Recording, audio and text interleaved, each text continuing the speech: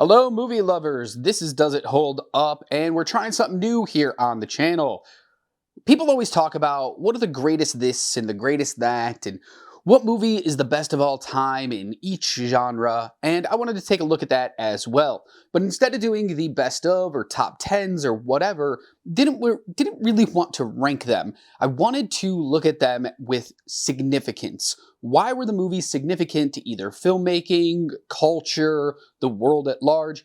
What four movies would be on the Mount Rushmore of a given genre or director? So this is the first one in a series where we're going to be examining the top four movies that should be on the superhero Mount Rushmore. This is obviously just my opinion, so I'd love to hear from you guys. Let me know in the comments below what movies you would put on your personal superhero Mount Rushmore. Do you like some of my picks and some of the reasoning behind it? Let me know in the comments below. And with no further ado, let's get into it. In no particular order, but actually in release order from oldest to newest, let's go through what movies I think should be on the superhero Mount Rushmore. In the first slot, it should be Superman the Movie from 1978. This movie told the world superhero movies could be a viable source of entertainment, even though it should never have worked.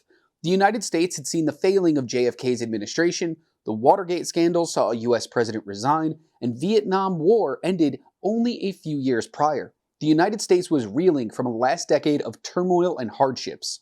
Then the cringy, campy father of superheroes was getting a movie released and no one wanted it. Audiences wanted movies dark, gritty, and full of cynicism. But Christopher Reeve came along and sold audiences on a small-town boy just trying to do the right thing. And Richard Donner had respect for the character and played it straight. Moviegoers flocked to see someone who was upstanding, earnest, and more importantly, honest. It wasn't a movie anybody was expecting, but it was exactly the movie American audiences needed. You'll Believe a Man Can Fly became a tagline not only for the movie, but was something people could look up to. Flying took on a whole new meaning of standing up, doing the right thing, looking out for your family, friends, and neighbors. Superman helped the healing. It was a niche market that then exploded into mainstream. Then next, it's Spider-Man from 2002. In 1997, Batman and Robin almost killed the entire superhero movie business. That movie was such a failure that studios didn't want to touch anything superhero related after that. Blade was a moderate success in 1998, and so was X-Men just 2 years later, but there was still a stench over the entire genre. Spider-Man changed all that. Sony took a beloved character, mixed it with a great cast, added in a fantastic director, and removed studio oversight to allow something amazing to happen. The combination of practical and visual effects surpassed almost everything that had come before it. And besides being a character from New York that everyone could rally behind after the events of 9/11 just a few months earlier, it's Spider-Man! Spider-Man was a movie that worked on multiple levels. It was well written and a genuine piece of cinema that superhero movies hadn't really been up to that point. Audiences had someone they could get behind, and it felt natural to do so. This movie paved the way for the MCU and DCU, despite having massive hurdles to overcome. It became the first movie in history to gross $100 million in its opening weekend. And since its release, the film industry has never been the same. And for the last 20 plus years, films in this genre and others have been chasing the high of Spider-Man. Let's follow that up with The Dark Knight from 2008. Christopher Nolan wanted to make a grounded superhero movie and did so with 2005's Batman Begins.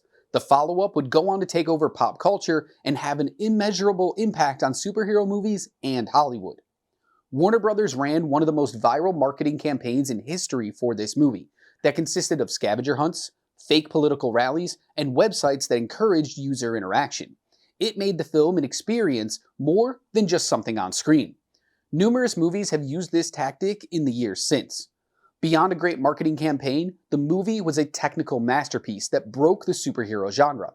It was a crime thriller disguised as a superhero movie, the first to bend the genre into something more. Without this, movies like Captain America the Winter Soldier, Ant-Man, and Logan may never have come to exist.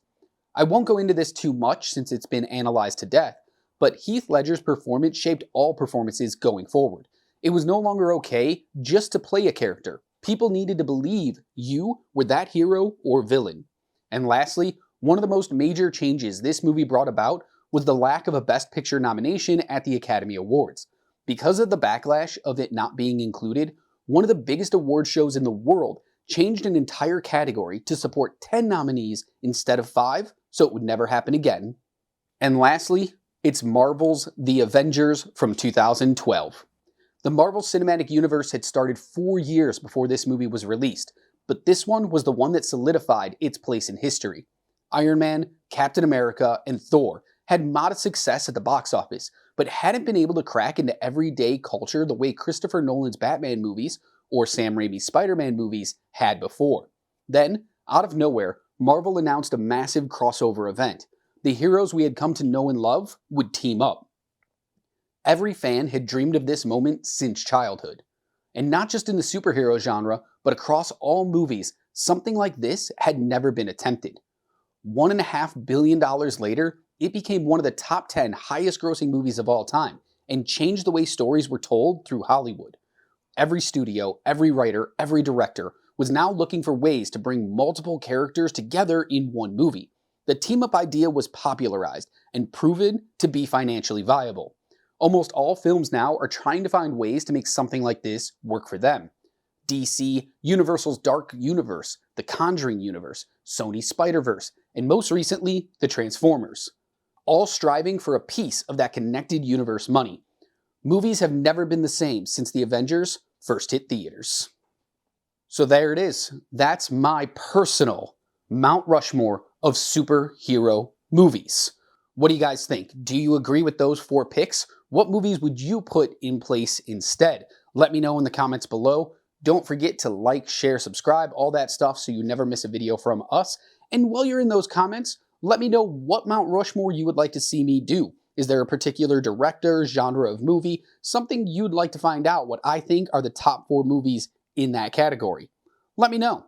And until I see you again, just remember to be good to yourself, kind to others, and keep watching movies.